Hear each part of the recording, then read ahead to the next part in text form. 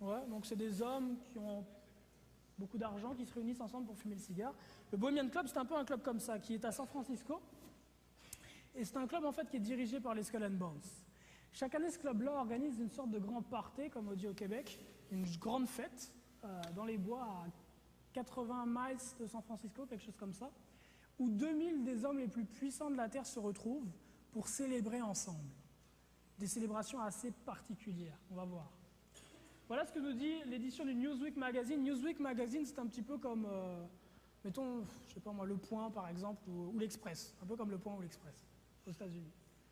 Donc en 1982, voilà ce que dit Newsweek Magazine. Le camp d'été le plus prestigieux au monde, la Bohemian Grove, est en ce moment en session à 75 miles au nord de l'exclusivement masculin Bohemian Club de San Francisco, auquel chaque président américain depuis Herbert Hoover a appartenu. Et le New York Times en 86 dit ceci: le Bohemian Club dont les membres incluent le président Reagan et le vice-président Bush, le Bohemian Club dont les 2000 membres incluent des douzaines des leaders d'affaires et de politique nationaux les plus influents. Alors ici vous avez par exemple Reagan et Nixon qui sont représentés sur la photographie là et là. Voilà une autre photographie plus ancienne qui date de 1907. C'est le camp en fait où chaque année au mois de juillet, cette grande célébration organisée par le Bohemian Club et les Skull and Bones a lieu. On voit que les troncs d'arbres sont assez larges. C'est la raison pour laquelle ils ont choisi en fait cette partie-là de la forêt. Ça ressemble beaucoup aux temples égyptiens ou aux temples grecs dans lesquels vous aviez des grands pylônes où on allait adorer les divinités païennes.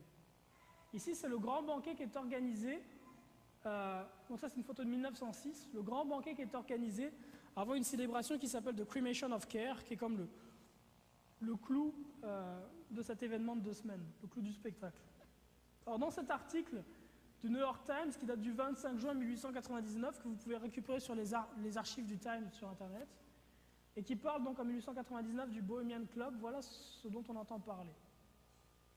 La Midsummer High Jinks, donc en français grosse beuverie du milieu de l'été, est une belle cérémonie à ciel ouvert se tenant la nuit dans un amphithéâtre naturel au sein de la plantation. Les membres y présentent quelques pièces spectaculaires dans lesquelles plusieurs centaines d'interprètes prennent place. La performance la plus remarquée du genre eut lieu en 1893, The Cremation of Care.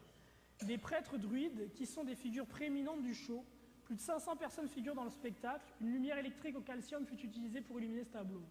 Il y avait un orchestre symphonique et un grand chœur. Un autel druidique et une pierre sacrificielle donnaient un air de réalisme aux scènes. Après cela arriva une procession, chaque captif fut condamné à mort, sauf le Gaulois. Méphisto et quelques diables se précipitèrent alors, le diable fit un discours passionné, disant que la bonne caramadrie était une moquerie, etc.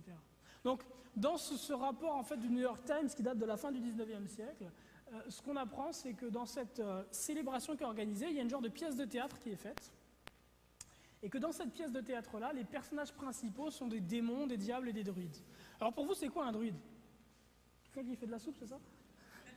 Ouais. Ok. En réalité, les druides, c'était un petit peu différent, c'était pas tout à fait ça. Voilà quelques rapports par rapport aux druides. Voilà ce que nous rapporte Diodore de Sicile par rapport aux druides. Un homme qui a été consacré au dieu est frappé par une épée dans une région située au-dessus du diaphragme. Ils font alors leur prédiction d'après la chute de celui-ci, qui a été frappé et qui tombe, d'après l'agitation de ses membres, mais aussi d'après la manière qu'a son sang de s'écouler, ayant foi dans cette observation divinatoire ancienne et longuement pratiquée. César nous rapporte à propos des druides. D'autres ont des représentations d'une grandeur colossale, dont les pièces faites d'osier tressé sont remplies d'hommes vivants. On met le feu à celles-ci et les hommes entourés par les flammes y périssent. Donc c'est comme des grands paniers qu'on offre en cadeau aux dieux, dans lesquels on fait brûler des hommes, des vaches, du raisin, un petit peu tout ce qu'on veut, et qu'on offre aux divinités. Strabon nous dit la même chose, mais on rapporte aussi d'autres formes de sacrifices humains. Il perçait de traits les victimes et les accrochait à un poteau dans les sanctuaires. Il construisait aussi une représentation gigantesque de bois et de paille qu'il brûlait après l'avoir rempli de bétail et de bêtes sauvages ainsi que d'êtres humains. Donc une sorte de grand cadeau qui était offert aux dieux. Voilà ce qu'est un druide en réalité. Et donc dans ces pièces de théâtre que font les membres du Bohemian Club, on retrouve des druides, on retrouve des représentations de démons ou du diable. Alors là, vous avez une photographie qui date de 1909. Pour ceux qui ont l'œil, le personnage principal au milieu, c'est qui? Qui? Est-ce que vous reconnaissez le costume? C'est le pape. Ok, c'est le pape. Le personnage principal au milieu, c'est le pape, devant lequel tous les autres sont agenouillés. Donc en fait, pour vous mettre dans le contexte, c'est au milieu d'une grande forêt, vous avez une très grande forêt avec des grands troncs d'arbres immenses, et vous avez ici une rivière qui passe, la Bohémienne. De ce côté-ci de la rivière, vous avez une sorte d'estrade naturelle, c'est celle qu'on va représenter ici. Et de l'autre côté de la rivière, donc là d'où a été prise la photo, donc là où vous êtes, il y a comme l'ensemble des 2000 chefs d'État et chefs d'entreprise qui sont réunis et qui regardent donc le spectacle qui est donné. Ici, vous avez une autre photographie qui date de 1926, celle-ci. Et ici, vous voyez des hommes qui font quel salut? Le salut nazi, okay, ou le salut romain, le salut nazi. C'est en 1926, donc c'est juste au commencement de ce qui va ravager le monde, la Seconde Guerre mondiale. Okay, et juste avant ça, donc ces hommes de pouvoir sont en train de regarder une pièce de théâtre qui représente tout simplement ce qui va arriver quelques temps plus tard, ce qu'ils sont en train de manigancer. Ici, vous avez une photographie qui est plus récente, qui date des années 80. Là, vous avez encore le personnage que vous voyez ici avec son chapeau, le pape, okay, une représentation du pape, okay, qui est le personnage principal. Et ils sont devant ici une pierre sacrificielle. On fait quoi sur une pierre sacrificielle? Des sacrifices de quoi? D'humains. Des sacrifices d'humains. On sacrifie des hommes sur une pierre sacrificielle. Et devant la pierre sacrificielle, on a une représentation d'un... Ça ressemble à quel animal? Un hibou. Un hibou.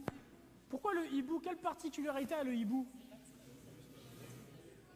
Il voit dans la nuit. Il a l'illumination. Okay, il a reçu la lumière. Le hibou a la lumière. Souvenez-vous que ces hommes-là sont illuminatis, sont lucifériens. Lucifer, lux, lumière, faire, porter, porteur de lumière. Lorsqu'on parle d'un homme qui s'est rapproché de Satan, on dit souvent qu'ils ont atteint la lumière. Quand on parle des francs-maçons en France, par exemple, on les appelle les frères de lumière. Okay, donc ils adorent ce hibou, le hibou qui est depuis la nuit des temps une représentation de Satan. Ici, c'est une